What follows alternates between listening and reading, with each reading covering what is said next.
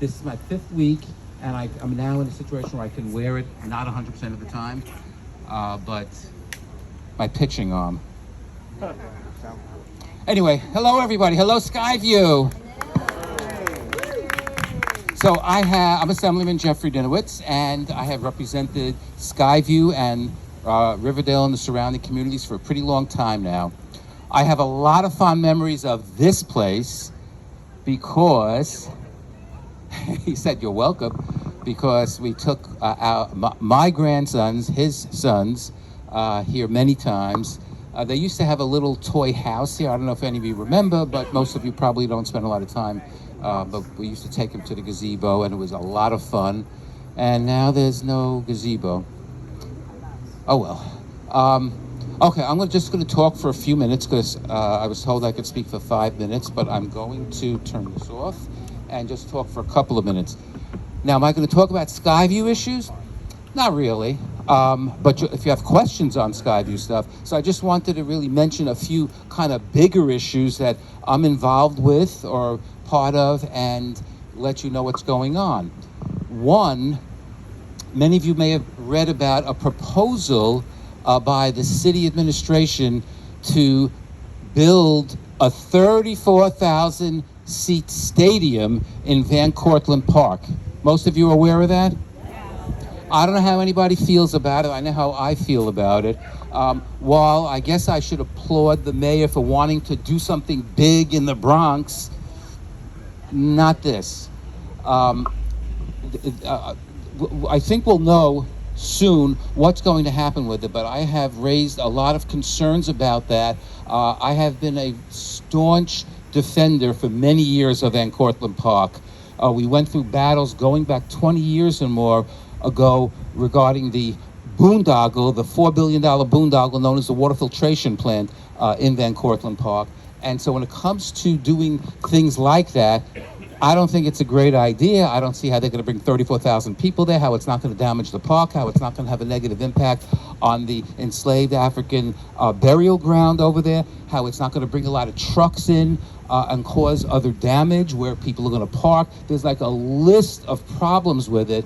And I think everybody here, I hope, is very concerned about protecting Van Cortlandt Park. I know I am. It's the 3rd largest park in the city, and it's the best park in the city, and I will always fight for it. Now, I know some people may think, oh, great, we're going to have a cricket, a cricket stadium and have the international cricket match. I mean, it sounds kind of nice when you think about it. It'd be a great thing for Yankee Stadium or someplace else, but the problems far outweigh the benefits, in my opinion.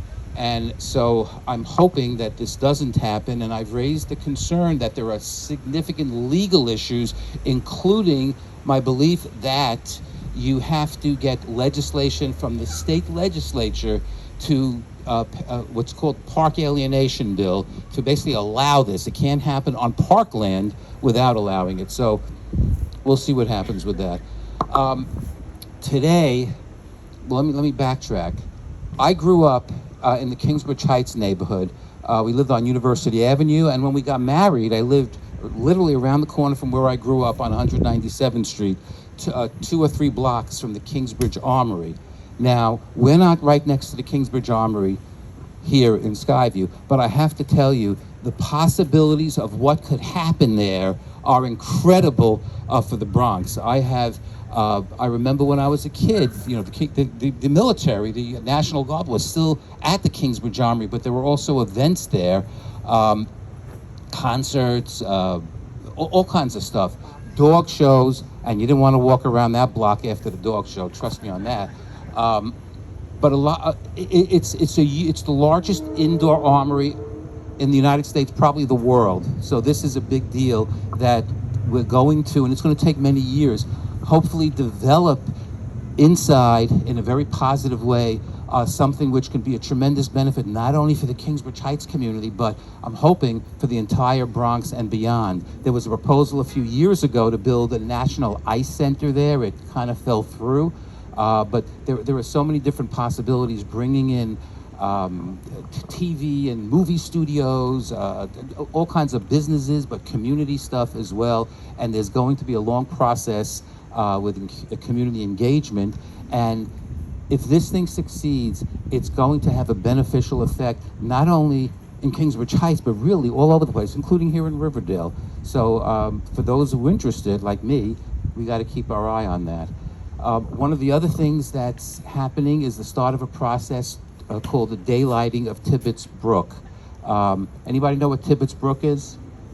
Well, when I lived on Tibbet Avenue in Kingsbridge, when they built the building, they had a problem. Why? Because there was a brook that ran under it. And on the next block in recent years, when they built that other building on Collier Avenue, the developer struck water. And I remember saying, really? You could have asked me. I could have told you you're going to find water. There's literally a brook, a little river underground. And the daylighting project, which I think is now going to become a reality, is also going to have a tremendous beneficial environmental effect on the community. It'll mean that a lot of water that currently goes into the combined sewage overflow system won't. These are environmental concerns that over time will have a positive impact on our community, and I think most people these days are very concerned about the environment. I could talk about all the local stuff we're dealing with, such as trucks parked on Henry Hudson Parkway. Who likes that? Anybody like the trucks? No, we don't like that. But our offices have been generally successful in getting some of that removed, but more comes back. We've had issues with car washes, most of which I think are illegal, popping up all over the place. I will tell you the biggest complaint I get in my office about over everything else, the scooters and the electric bikes and all the people going in whatever direction they want, whether it's in the street or on the sidewalk, and we try to address it. It's a tough thing for the police to do. It's not like they confiscate every one of these vehicles, although I wish they would, but it's something that we try to deal with on an ongoing basis. And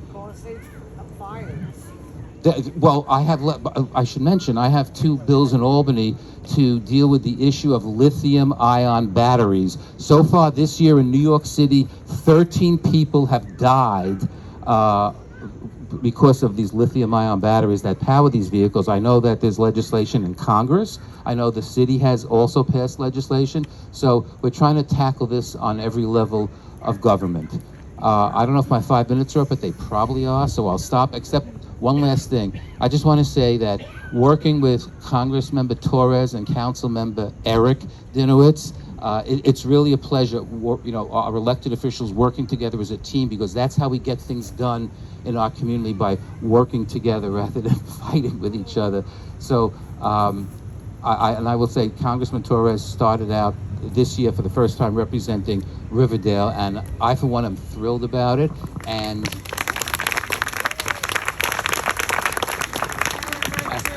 yay! So we work as a team, and I hope we will continue to do that for a long time to come. Okay, 4 minutes and 59 seconds. Thank you. And I'll answer questions after my colleagues have spoken.